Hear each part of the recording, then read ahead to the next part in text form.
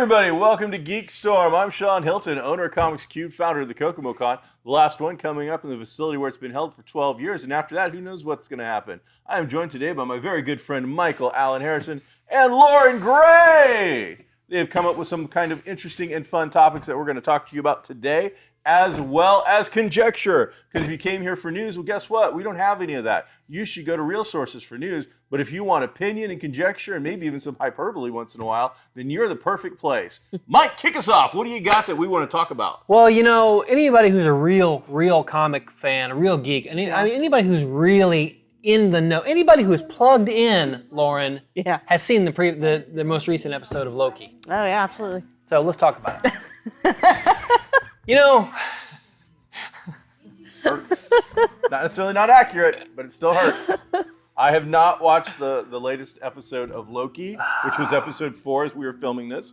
Came out on Wednesday, and I was busy playing a role-playing game until midnight last night and doing some other stuff, so a little busy on the Thursday. I specifically Wednesday, I happen to sell comic books for a living, which is New Comic Book Day, and then I host a geek night where I invite people to come out and hang out on that day. So been a little bit busy, but I can understand that those geek activities that I'm involved in quite heavily aren't as cool as watching episode of Loki 4. If you're done with your made-up pedigree, I asked specifically for Disney Plus to move the show to Wednesdays so we could have content to talk about when we do our shows on Thursdays or Fridays. And what do? You poo-poo on it. I have never, ever defecated on a Disney Plus thing ever. In fact, they have acquiesced to one of my requests lately. So, good on you, Disney. They finally have a live-action movie called The Island at the Top of the World, which I'm not joking. Within the first week of Disney Plus going live, I had sent them a letter. They had a little thing, send us your request. So I'm like, I want to see Condor Man and Island at the Top of the World. You refuse to give me Condor Man. It's okay, Disney. I bought it. I own Condor Man now. That'll teach you. So, love it. You gave them money. Hey, Loki 4, was it good? It was good. It was very good. Well, the third episode, and I don't know how much you guys have talked about Loki lately, but the third episode was kind of a filler.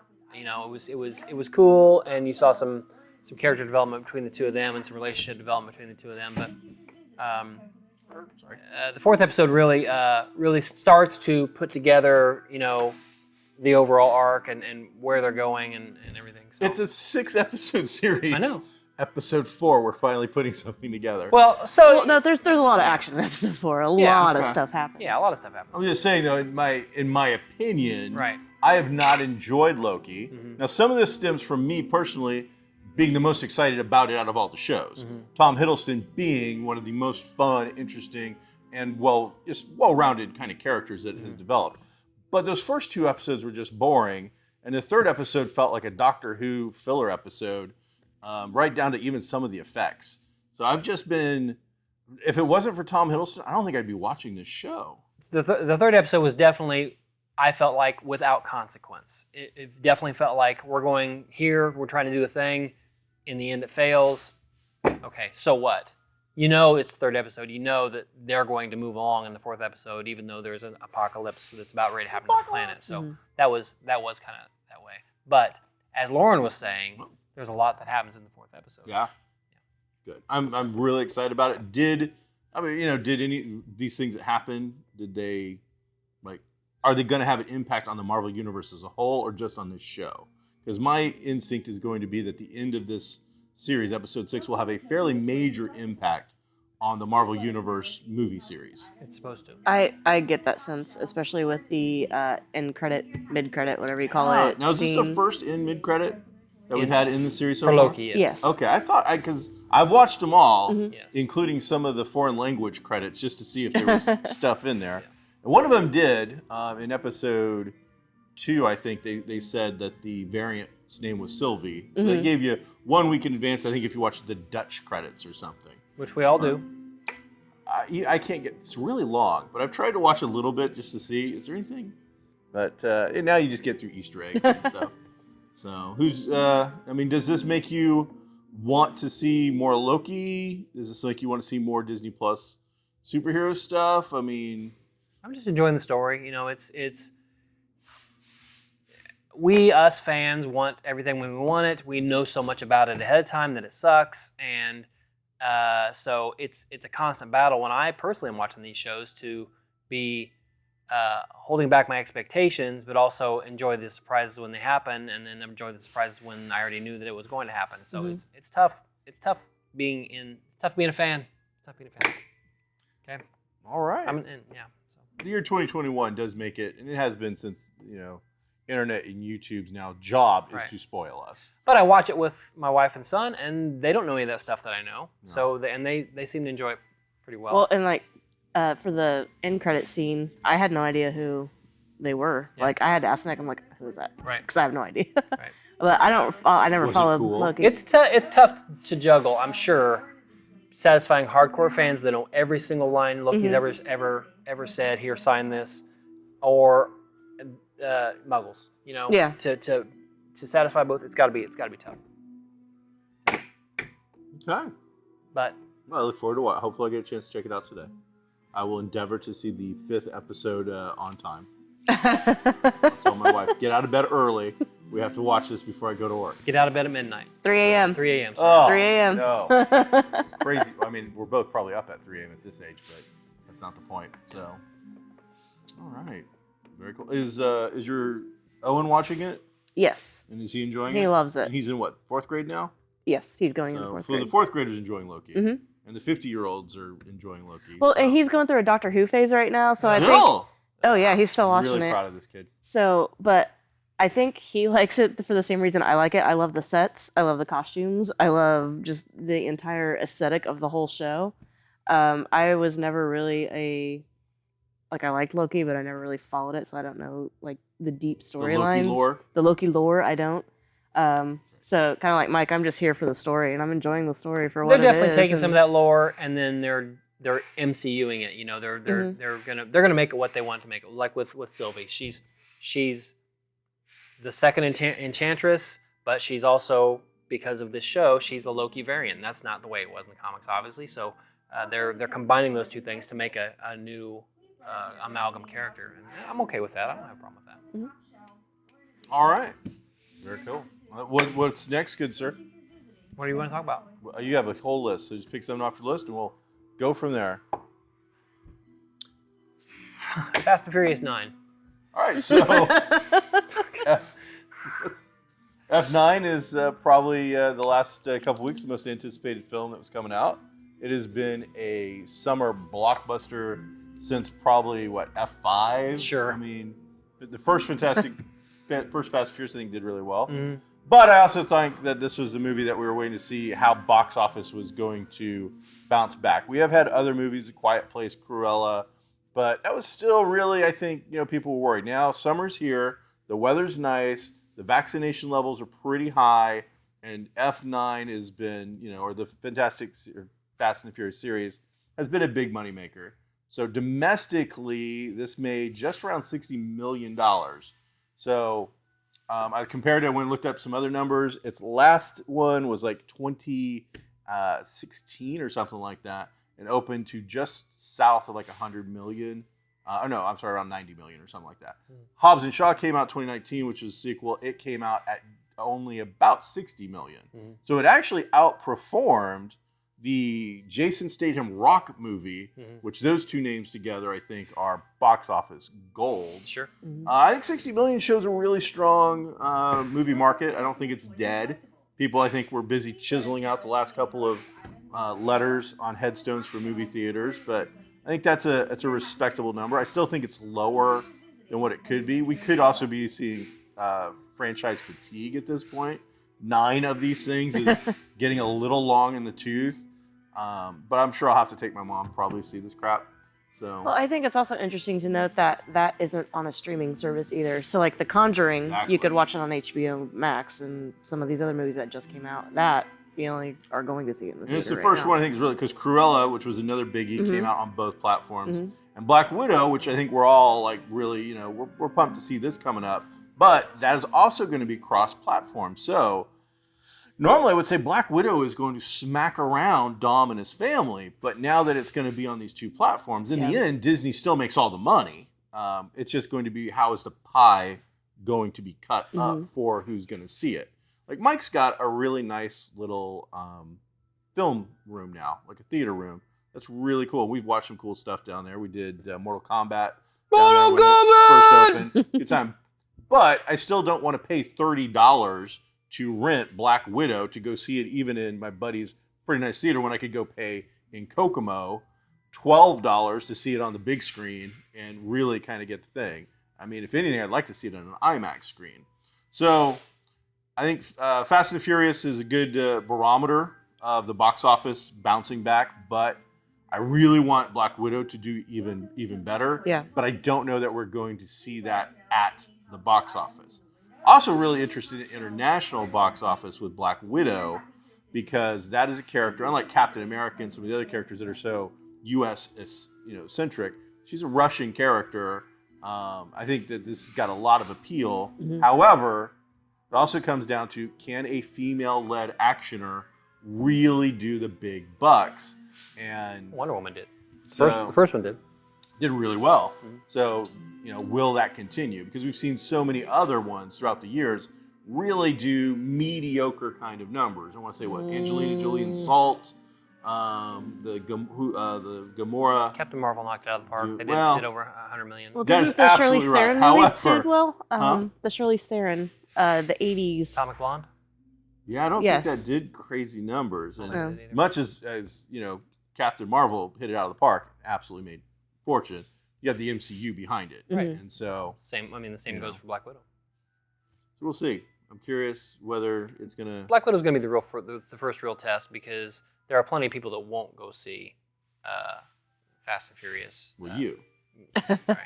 But I think there's plenty of people who would. I think, there's absolutely a lot of people that still love that crap and will go. And I enjoy the fan theory that they all died in like the fifth one, and that everything that's happened since has been kind of just fantasy, a la Lost Island or whatever type of stuff. Well, someone on Twitter said the only thing that's left is aliens at this point for that franchise. Right? Did they do? They go into space this time, don't they? I don't know. They go into space. I don't know if you know, but they go into space this time. Yeah. Are you sure? Yes. Or are you just making it up? I'm not. How would you know? Okay. A rocket-powered car? I mean, no, you make fun of this, but let's face it, to save the can world, breathe in it? we would take a bunch of oil riggers and we would put them in a NASA spacecraft and put them on the moon to save us all. He has never missed a depth he's tried to drill to. So I don't want to hear that we sending the Fast and Furious crew into space to save all of Earth is anything beyond sending Ben Affleck. Oh, all right. So that's amazing. Hey, thanks for getting through that, buddy. You almost pretend like you cared to be a part of that. I appreciate you. So you pick your favorite thing now that you're like, now what can I subject you Well, to? I literally randomly picked the worst thing on that list. And the thing is, it's like, I'm not a Fast and the Furious fan. Right. But I do think that it is the biggest thing we've seen in the COVID market as things are coming back. I don't think you can debate that. I think that's the biggest movie we've seen so far. And the amount of money it did, it is. Mm-hmm. It is. Shows some hope. It is. What is it? Oh, that's whatever. All right, what do you got? The Shang-Chi trailer came out a few days ago. Let's say this within number this two. week. Number two or number three? It's probably the second trailer. The first one was a little teaser, a lot of bus action, stuff. But this one definitely delved more into the mystic side of what the character is going to be. Showed a little more of the, not just a regular guy character. And you saw the 10 rings. You saw the great scene with Abomination and Wong and some kind of a fight pit. Did we see that? Yes. Is that what have you seen Confirmed. The slowed down stuff to see it was Wong?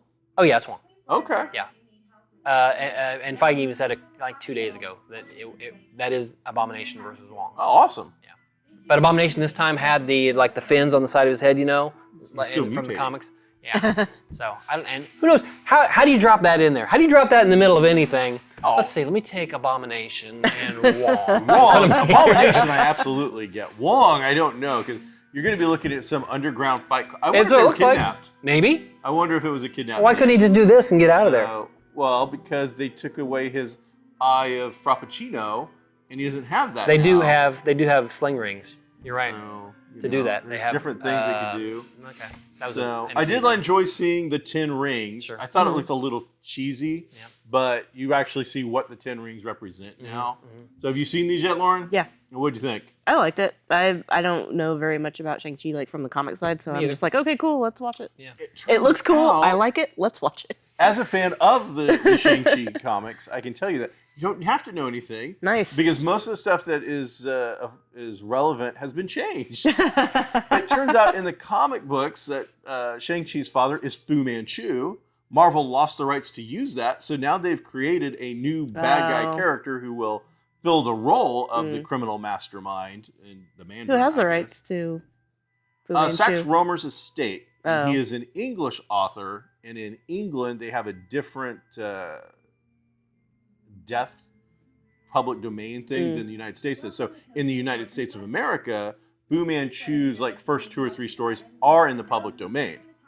As someone who's actually tried to use it though, and reached out to the thing to go, all right, so in the US this is public domain, and the English barrister replies with, well, you can do that, but if it ever shows up in England, of course, we would have to ask you to cease and desist, if not sue you. Speaking of that, and this is not on the list, did you know Henry Cavill and his, Henry Cavill played Superman. Sherlock Holmes in Enola Holmes, on Netflix. And Sherlock Holmes is in the public domain, except they still own some Holmes stories in which he has different character development. He's not just a cold calculating guy. So the family of Holmes, the family that owns those particular rights, sued Netflix and said Henry Cavill's portrayal of Holmes is much closer to, even though it's not a story taken from that, is much closer to the rights that we own than it is the public domain rights. And so they sued them. I don't know if that got settled or what, but I've never heard of split rights like that in which nice guy Mike, you can have nice guy Mike, okay? But Jerkface Mike, if you publish a Jerkface Mike story, then you owe me money. See, that's not true. The Jerkface Mike stories are in the public domain. He has been around much longer. Well, I juxtaposed it. It is the same thing. If you ever buy a Sherlock Holmes novel, it just turns out, again, I'm a big Sherlock Holmes fan who bought a lot. You can actually find like a sticker that says like approved by the Doyle estate. And those now are like, we've given you a percentage of the funds. And in that instance, it's very interesting because of what they're trying to say. But the thing is, like, I've read all the Sherlock Holmes stuff. There is no character growth in any of the actual original Doyle things. They're trying to kind of claim rights to stuff that was fan fiction or other people brought into it. I've read, I believe, every single Doyle story, unless there's some weird little, this was the one that we kept that we found in his deathbed or something. No, there's no growth there. So, but it is their way of trying to maintain that little bit of money. It's like the people who got paid for Happy Birthday for how long? Oh, yeah. But never actually had the rights to it. It turned out all those years or something. Chaosium, the company that produces the RPG for Call of Cthulhu, tried to claim rights to that forever. It turned out the people they bought the rights from didn't up the registration like back in the 60s or 70s, so they never legally had the rights. The only thing they had the right to is the words Call of Cthulhu in the format that they have produced and any of the original material that they have produced themselves. That's the other thing is, like I said, the Sax Rohmer thing with Fu Manchu is the first 3 or 4 in the public domain.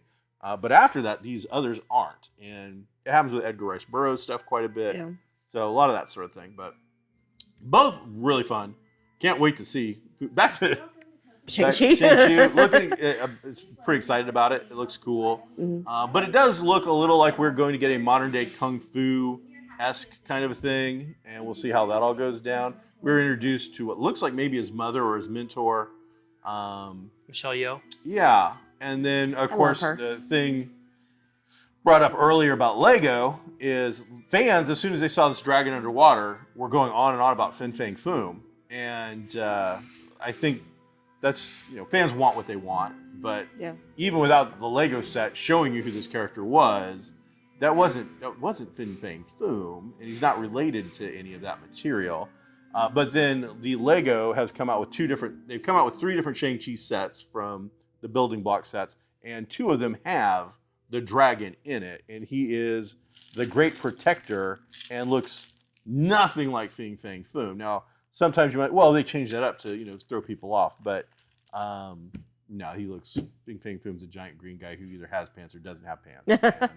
And this guy is not him. Plus, the dragon looks very, once you see the full thing, has that Asiatic kind of mythology of a serpentine kind of a dragon as opposed to the 2 legs, 2 arms kind of a dragon. So I'm not buying Fing Fang Foom. I don't know if the dragon that we see on film so far that we've seen, which you see underwater, I believe, is that dragon. It might be a different dragon. Could be. It doesn't look the same to me. It doesn't look red, white, and black at all. But it's underwater. I don't remember dragons ever being a major part of Shang-Chi's stuff, but in Iron Fist, it always has been. Right. So I'm still hoping that we're going to get some kind of Iron Fist connection. There's been enough little things that twinge in something that could show Kulan being against the Mandarin and his crew for quite some time. That's fine. I just don't want to see him anytime soon. I don't want to introduce this brand new character, make him the master of kung fu, make him the baddest guy that can take out most anybody, including Panther, including Cap, including everybody. But I don't want to introduce him and then here's Iron Fist. He's got the Iron Fist. See, I think there's a good way to. I don't think we want to. I agree. I don't want to see Iron Fist himself, but I want to see Marvel as they built an overall universe. I want to see them build their kung fu universe and how the different things interact. So I want to see them mentioning whoa, hey, to this, if there's a big tournament, that guy's from Kunlun kind of thing, and he's the one to watch out for. It doesn't have to be Danny Rand. In fact, I think we're all sick of Danny Rand. Here's how you solve that: do other Iron Fists. Oh, absolutely, and there are. Well, I don't want to see Danny Rand anytime soon. I don't want to see. I don't see the current Iron Fist. I don't want to see a current Iron Fist. The houses have different weapons and stuff like that. So it'd be cool to see another. Brother Viper. Orson Randall or that'd be so cool. The female fist, whose name I don't know. There's been some great ones. Just recently, one of the Dormammu, or however the Wakandian royal guard is. Dormilage. I'm horrible with those guys. You are her with all names. One of them ended up with the power of Iron Fist for a hot minute. Oh, that's cool. So, and they did a new series and then gave it back. But then now, so Danny does not have the Iron Fist as the official thing. He's still, kung fu master kind of guy, but he doesn't have the. They did that in the Netflix series though too. He gave it to Colleen Wing. Really? Wing. She was much better martial artist, so it was probably better for the world. She was. That'd be the case. She had a white fist. Oh, really? Yeah, it was cool. Okay. Many of these days I might finish those Netflix Marvel things, but they were I didn't enjoy them. So, way too much drama with not enough levity ever. So, all right, what's on our list that Lauren wants to talk about? What do you got? We got some Critical Role right at their top. What's going on with Critical Role? Ooh, so many things. A lot of things. Let's hear it. Give me one. Give me your favorite thing. They ended their second campaign, and so now they're doing a mini campaign with a new GM, allowing Matt to play, who's normally their DM. Is it a new somebody from outside the group? Mm-hmm. Okay. Yep. Her name is Abria Iyengar. She's done a fantastic job so far. What's her last name again? Iyengar. Iyengar. I mean, she's got to be from Asgard, right? It's a great name. As a GM. And they brought in 2 new voice actors that they have had a professional relationship with outside the show, and their voice acting capabilities. They brought those 2 in. One of them has never played D&D before, and she's just been a delight watching her. Oh, this is how you do things. Learning the game as they're playing. So it's been fun. It's going to be 8 episodes, so you'll just get a little short campaign overall story. So you're not 141 episodes deep into. That's a lot. 4 hours each episode. How long are these episodes? Because they're in episode 2 now? Episode 2 aired last night. The first episode was a little over 4 hours. Okay. So first episode, you always expect those to go a little long. Do you know how long the second episode was? I don't. Okay. Not yet. But the typical Critical Role was anywhere from 3 to 5 hours. The shortest episode was 3.5 hours. The longest episode was 7. Was 7 hours, yeah. That was the grand finale. Yes, it was. We started playing our Pathfinder game last night, probably about 7:30, and did it until midnight. Yeah. And there was a bunch of role playing in the beginning that just was us listening to Derek chatter, and then one giant fight, or a running fight. Yes. And that took that entire time. There wasn't that much growth per se, but it was I think Aisha grew a little bit. So, did she? You didn't. Hayden. No, Martek grew. He got big. Emotional growth. Oh, emotional growth. So, yeah, my character's just become bitter and mean and hates the world. But yeah, they're expanding their brand. They've got minis that they just released, a board game that they just released. Matt's talking about he made a TTRPG, his own rule system that's going to release in the fall. Does he have a So name they for got- that yet? Have you heard? Syndicult. Syndicult. And do we know who's publishing it? Is it them? Yeah. They've Okay. made their own publishing company now. Well, they have their own distributor, and I can tell you I'm not a fan of the distributors I so think far. that's the publisher / distributor I because think they it paired up with is. Random House as well. Okay. Penguin Random House. They really irritated me with that. So I have accounts with 3 different gaming distributors, and then all of a sudden these guys in Lauren wanted a game, and I'm like, okay, yeah, I'll order that. Well, then all of a sudden I get a thing from my rep saying, well, you have to fill out this paperwork, and basically it was me having to refill out another like I'm a dealer kind of a thing, and then they had to approve it. Like I'm already approved by you, who's going to be actually the middleman. Can't you just like pencil whip this? No, every single account has to jump through these hoops, and because they're Critical Role and everybody's going to want this stuff, I have to jump through the hoop. And I'll tell you what, I am not happy about it at all. I could care less. So if it wasn't for the fact that you wanted it, I would never carry it. I'm so put out. And then the person, whoever did the paperwork, in my opinion, was inept. The paperwork didn't make any sense. At one point, they asked for your name 3 times, when in essence, they wanted your name and your like store or your distributor name, whatever you were selling under. Yeah. But that's not what it said. So yeah, literally 3 times I'm writing my name, and they even left like a crappy little note that goes, "Why? Why am I writing this 3 times? I'm not buying a house." I'm like, and on the same piece of paper, I'm like, this is ridiculous. I apologize for Yeah, I mean, ordering something to hopefully put you I got through. approved. I don't know. I get you your stuff, and maybe they can calm down a little bit. I understand wanting to protect your stuff, but at one point, it's taken a little too far with it. So, but you're enjoying it still. Yeah. They're building their brand. Yes. Okay. You gonna be at Gen Con? I don't know.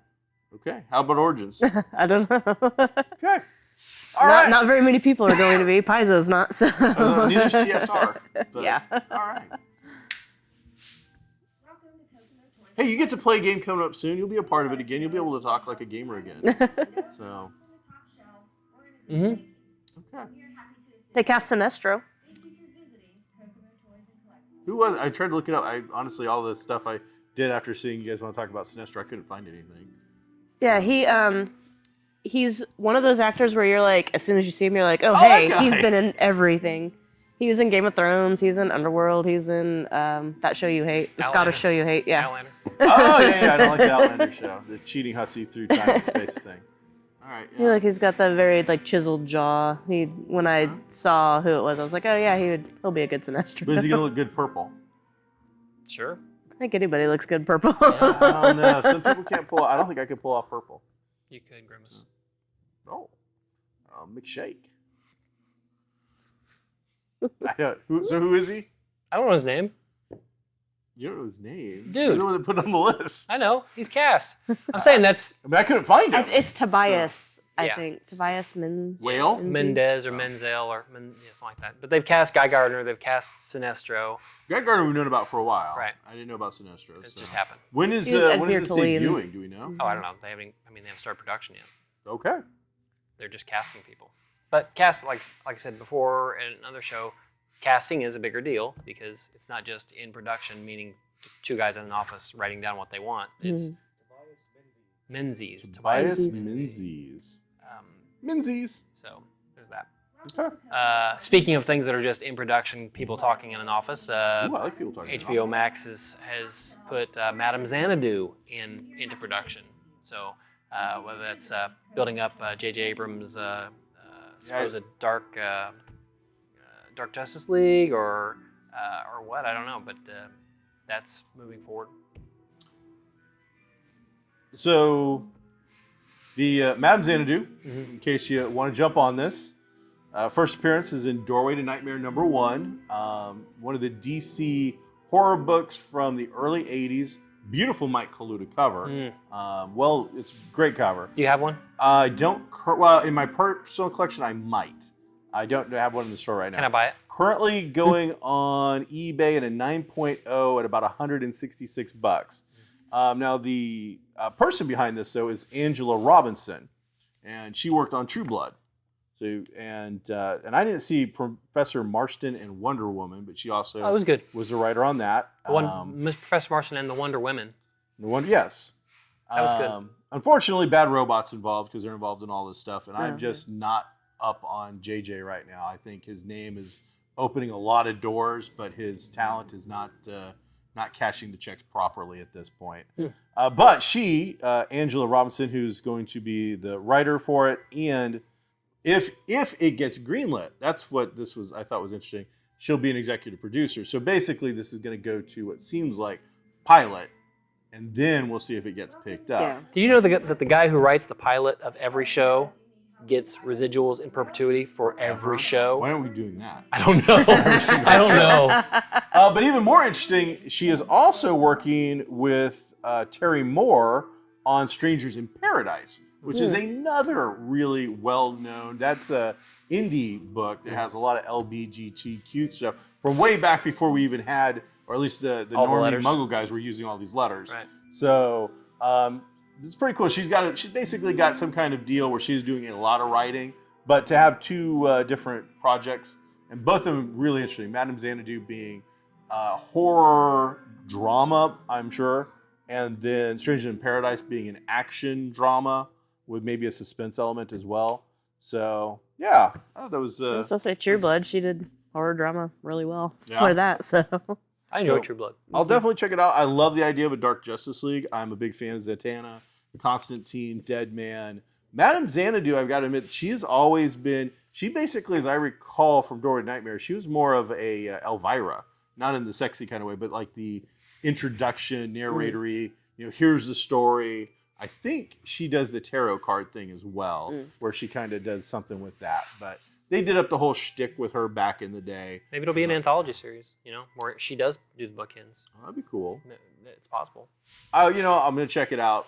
So HBO Max so far, I've enjoyed a lot of their content. That Perry Mason thing did dark drama really, really well. I need to go back and watch that. So, man, it's rough. I mean, I like it, but I don't recommend it to anybody that doesn't have a bit of an iron stomach, because it's just a really rough watch. Mm-hmm. So, yeah. You watch that, but you can't watch Game of Thrones. I don't watch Game of Thrones because it has a crappy ending, because you've told me it has a crappy I've never said it has a crap ending. I said its ending is not as good as I wanted, and it definitely messed up. Hey, Lauren, did it have a good ending? You're like, that's a great ending. It didn't have a great ending. it didn't have a great ending, no. But again, we go it on. may be better than the ending he's gonna crank out in the novel. We don't know. I don't know. We're gonna live long enough. He will never live to publish Another that. author's name will be with on that book. Neil Gaiman's already said he would do it. Did he? Yeah. Well, he'll actually finish it. My issue with that is I've read that first book, and I read it a long time ago before the show came out, back before it was cool. Of course. And I just didn't enjoy it. I didn't like the thing, so I've never wanted to check it out. Who knows? And the sad part is, it's like now it's over. I could go back and watch it at my leisure and not to care about it. But there's so much good stuff coming out that I am interested in checking out. That I'm like, I could watch, Finding Ohana on Netflix and actually enjoy something. I watch a lot of TV. Okay, it goes without saying I watch a lot of TV. You have a position that you're able to watch Yes. a lot more TV than a normal. But person. I'm prefacing it by saying that I watch a lot of TV. Okay, up until the last 90 minutes of that 8 seasons, it was the best show on television ever. Wow. Okay. You need to watch it. Gotcha. Up until the last 90 minutes. Hold on, I would say, ending aside, it is worth a watch. Someday I might get to it. There's a lot of stuff coming out though that I am. Hey, that's our show this week. Thanks for got coming. 4 more on this And list. nope, He's got no place to I be. heard. That just I heard means that's that. the end of that episode. Hey everybody, I'm Sean Hilton. Welcome to the second episode of GeekStorm. Owner Comics Cube, founder KokomoCon. See, it's that easy, and all of a sudden we're into a new thing. We've got an entire list of stuff. No. I like Sweet Tooth quite a bit. I just thought it felt very formulaic. Well, it's a show. And see, I saw that on the list, and my mind went Twisted Metal, Oh, okay. and I was like, "What's going on?" So much good stuff on your list. I got more notes. I'm ready to go. I got first appearances and. If money Mike wants to values record and next stuff. week's now, we can. So- if you'd like to. What time is it? Nah, I told Chris we were going to go to breakfast. All right. Like I said before, hey, thanks for watching, and make sure if you've got 10 minutes on your lunch break or whatever you do, come to downtown Kokomo, go to 111 East Sycamore, and come to the fabulous Kokomo Toys and Collectibles. And you could also go to the comic shop a couple of doors down too. They're okay. Kind of hurts. Well, You know what? Maybe Bob they- Cole thinks we're cool. maybe if and they that's sold all me, that matters maybe if to they me. sold me a Nightmare Mystery Man Xanadu 1, I would be more likely to give them a 5-star rating. I would say your better investment right now would be something like an Agents of Atlas #4. Out of all the stuff we were going to talk about, I thought that or the FF33. Those were the 2 books that I would advise people to pick up. What's that, a Tuma? Atuma is 33 and it's still affordable. That's the most important thing. Yeah. It's affordable. Because the first appearance of Namora is in like Marvel Mystery Comics 82 and a copy that had its cover completely detached, complete, was like a $3,000 book. Right. Wow. Whereas her first modern thing, because it's not Namorita, No, it's different. it's Namora, 2 different characters. So Agents of Atlas 4 is the first Namora, and that's still pretty affordable. In fact, that might still be in dollar boxes if you can find a store that's lazy. That's and just if doesn't you can do find stuff. Agents of Atlas wasn't like over-ordered or anything, so that's going to be hard to find, period. I mean, I ordered it. I liked that book. We definitely had copies of it, and I've had, since it's come out, it's probably been 15 years easily since that came out. They've come in, they've gone straight into dollar bins. Right. People have not been buying that book, and I have pushed it. Right. Jimmy Woo, Gorilla Man, Saturn Boy, whatever the hell they're calling him. Great stuff. A lot of fun. Well worth reading, but it has not done well. So, but yeah, Atuma was 33. That was. I tried to end it twice, for Mike. I don't know what to couple- tell you. No, this is us talking now. Is it? Wow. I'm just. I can't believe you didn't know that. That hurts. That's. Didn't know what? I knew everything you just said. I knew everything you just said. You thought it was part of the show. Just part.